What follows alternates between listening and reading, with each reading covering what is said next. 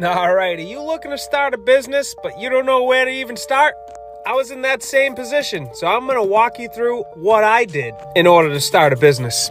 Now, I know opinions are like assholes. Everybody's got one. There's probably a million different ways that people can go about this. I'm going to tell you how I went about this. Before I even started doing side work or had a business, I already had an accountant that would do my taxes yearly. So when the idea came to me to start a business, I first called her and asked her what steps I needed to take in order to make this happen. She knew a lawyer and set me up with a meeting, and I sat down with the lawyer. And because they knew each other, they both had a conversation on what would be better to start for me, an LLC or an S-Corp.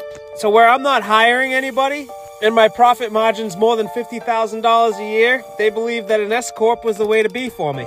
And I mean, that's a whole nother animal. And we would leave that to the professionals to figure out if that's the best way for you. So for starters, I would find a CPA and have that conversation with them about how you want to start a business and what's the route you need to take. Now, the lawyer files all the paperwork with the state to make that shit legit. In the state of Massachusetts, when using the lawyer to start a business, it's roughly $1,000 to get yourself going. But I'm going to tell you, when I just started the content business, I tried to do it on my own.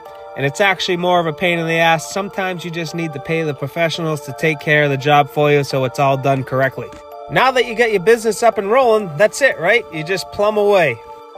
Wrong. So the state's going to send you an EIN number. And with that number, you now take it to the bank and you open up a business checking account. You want to keep your business completely separate from your personal. Come tax season, it could become a nightmare if you don't. Now, you're not going to go to the grocery store and buy yourself some groceries with your business debit card. That's why you have your personal account. So during your first year, you're wondering, how do I pay myself? Well, what I did was I paid myself in lump sums, even numbers. Figure out what you need to live off of and move that money over from your business to your personal account. Your business account should only be paying business bills. Now, every time you move money over from your business to your personal account, you got to make sure that you're keeping track for taxes. When the accountant goes and does your taxes at the end of the year and you moved over X amount of dollars into your personal account for payment-wise, they're going to want to tax you on that. So unless you got a really good accountant and you're riding an S-Corp and you can call it distributions. But anyways, that's the first year. I mean, it's probably pretty lenient on the first year, but after that, you're going to want to get on the payroll. And you say, well, why would I want to do that? Listen, we're all in construction. We're not businessmen, not whatsoever. So what payroll is going to do for you is pay the bulk of your taxes monthly for you. So every week I collect a check, and at the end of the month, I pay taxes on all 4 checks, state and federal, the 15th.